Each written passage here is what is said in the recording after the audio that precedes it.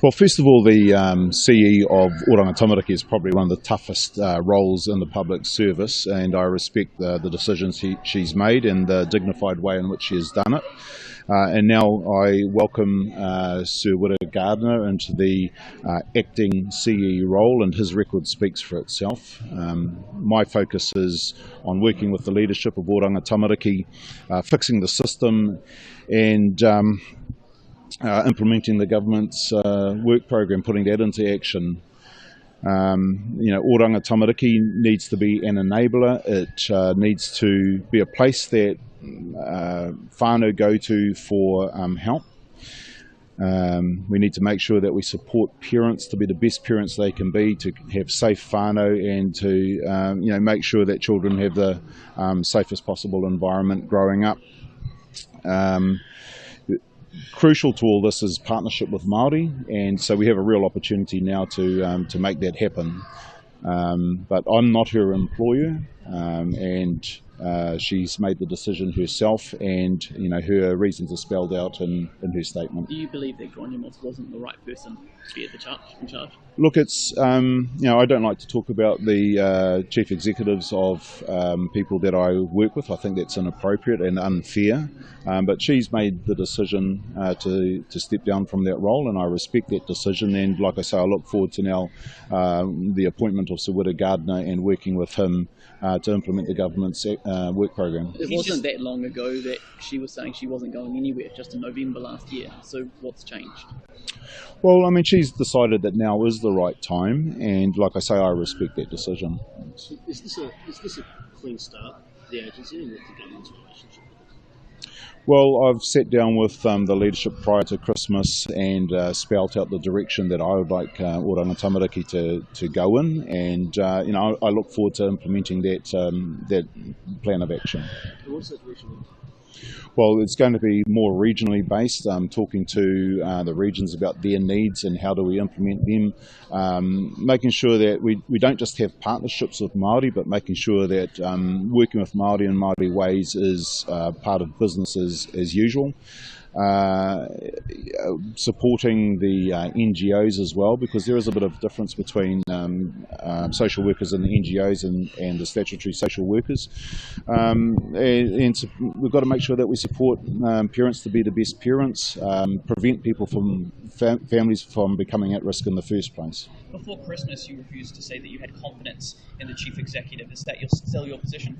Well, we were still developing a working relationship, and I guess now that that's a moot point, that she's tendered her resignation, and really I just have to, like I say, work with the leadership of Oranga Tamariki, the interim leadership, and implement our government's plan of action. Did you ask her to resign? Well, like I say, I'm not her employer, so the decision was hers to make, and I respect it. Did you ask her to resign? You're the minister. Well, no, I didn't, and I don't have that ability or power to ask a chief executive to resign. But it was a decision that she made, and I respect that decision. It's hard to believe that there wasn't any pressure at all, given, for example, Penny Henare's comments last year. Yeah, and I made it clear at the time that Minister Henare's comments were inappropriate, and I rang Grainne at that time to say that he did not speak for me.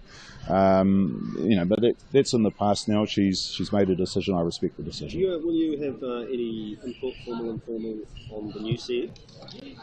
There's a process that will need to be gone through, and we've just had this resignation today, so I'll seek advice on what the process is, and we'll work through that. But Sir Whitta, like I say, his record stands for itself, and he'll be interim until we appoint a new CE. Would your expectation be that new CE be Māori?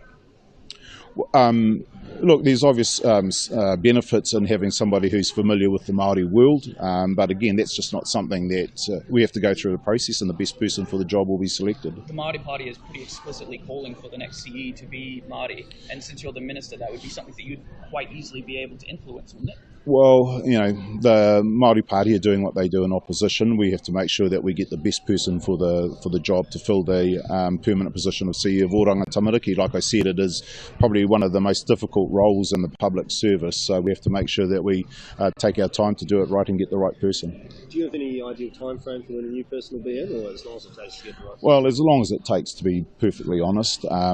Suwira begins on the 1st of March, and we'll start the implementation of the government's plan of action, and part of that now, I guess, is going through the process of finding who the new CE will be. Does the organisation need to be rebuilt? What are your plans for the future? Like I've already said, it's about the regions having more say into their needs. We've spoken about the transfer of power and resources towards Māori.